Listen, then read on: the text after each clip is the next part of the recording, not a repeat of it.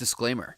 The Living Guild Pack is not responsible for the fate of those that are arrested by the Azorius, beaten by the Boros, dodged by the Dimir, grossed out by the Golgari, gored by the Gruul, imploded by the Izzet, outwitted by the Orzhov, rousted by the Rakdos, subsumed by the Selesnya, or sickened by the Simic. Join or leave a guild at your own risk, and get caught up in politics at your peril. Hey everybody, and welcome back to the Botch Pit. I'm Chris the Librarian, and thank you for taking the time to listen to my introduction to the Guildmasters Guide to Ravnica. You may be wondering why I'm approaching this book so quickly after doing an introduction to the Player's Guide, and why I'm not digging further into that yet like I said I would. I will be with the next recording, but to be honest, this is the book that drew me back into Dungeons & Dragons. I've always been a Magic the Gathering fanatic. I actually started back in 1995 when my mom purchased a deck from a New Age store she worked at. No, they were not initially mine, but they quickly became mine as she lost interest in them, and, well, I took them. As the expansions came out, Magic's lore grew exponentially, and I've followed along as best as I could through the years.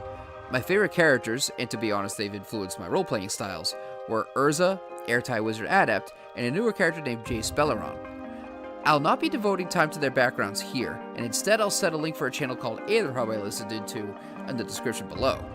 Now the reason that this even matters is that the character that I named above, Jay Spelleron, calls a certain plane named Ravnica his home. Where this book is a full-blown campaign source book and not just some smaller supplement like an adventure book, I'll be treating this more like some of the major books I do and break this down into multiple recordings as to go deeply in depth. I'd like to cover more and more as I dig into this book, and with all the guilds this has in the background, it's going to take a little time to really get, into the full meat and potatoes. Ravnica itself is a very compelling plane, and it's a perfect place to introduce the worlds of Magic the Gathering to the multiverse of Dungeons & Dragons.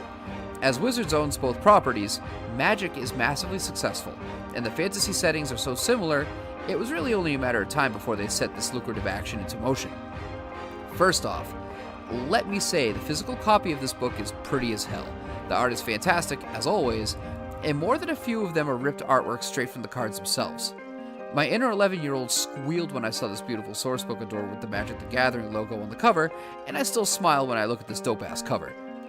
This book holds a wealth of information between its covers, and for a book that at first glance seems only moderate in size at 256 pages, one gets surprised when you look at the contents. Let's break down the chapters and the basics of what's in them. We have the obligatory introduction chapter, called simply Welcome to Ravnica, and then we move on to the following actual chapters. Chapter 1 is character creation, no surprise, and the reason it has its own character creation in this book is that there are some subtle differences you can choose to use if you want your characters to exist in a purely Magic the Gathering type setting and not really bump into Dungeons & Dragons. But I mean, why would you really do that? It also has some extra races and classes by guild, so that's always cool. Chapter 2 starts getting into the guilds. See, Ravnica is a literal city plane, with little to no wild or oceans breaking up the bustle of non-stop urban existence. The cities comprising this plane are run, patrolled, authorized, and fought over by 10 guilds, each serving a certain responsibility, but we'll get to that shortly. This chapter takes the guild's details, specific spells, contracts, methods of joining them, etc. into account. It breaks that down. Chapter 3, the 10th District, also known as the primary chunk of city this campaign is meant to take place on.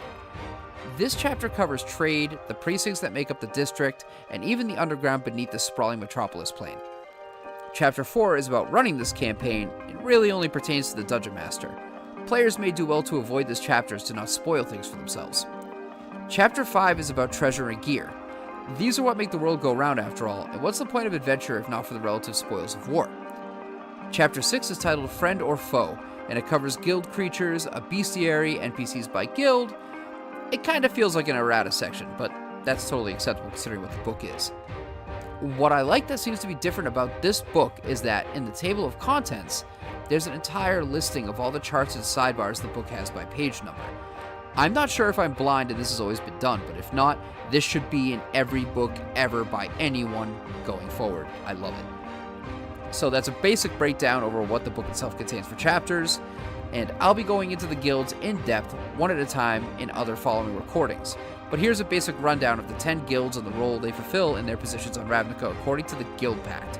And just for a little bit of background on that, The Guild Pact, which is at this point a literal living agreement enforced by magic and embodied by that aforementioned Jace Belleron, he's named the Living Guild Pact, and Planeswalker, keeps all the guilds sticking to their roles.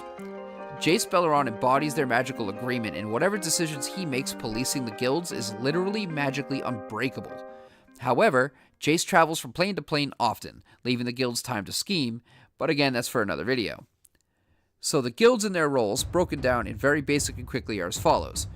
The Azorius Senate is a government body. The Boros Legion is a military force. House Dimir works in espionage, reporting problems before they're a problem. The Gruul clans are raiders, not quite fitting in with the others, I guess, but hey, whatever, Jace is cool with it, so, Living Guild Pack, he can do whatever the hell he wants.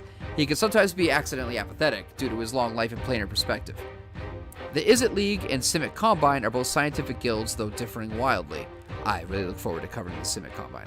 The Orzhov Syndicate are an organized crime guild, serving to keep others in line and balanced. The Cult of Rakdos are entertainers, often utilizing traveling theater and carnivals. Finally, we have the Golgari Slarm and Celestia Conclave, both dedicated to the relative, quote-unquote nature or what passes for that nature on Ravnica.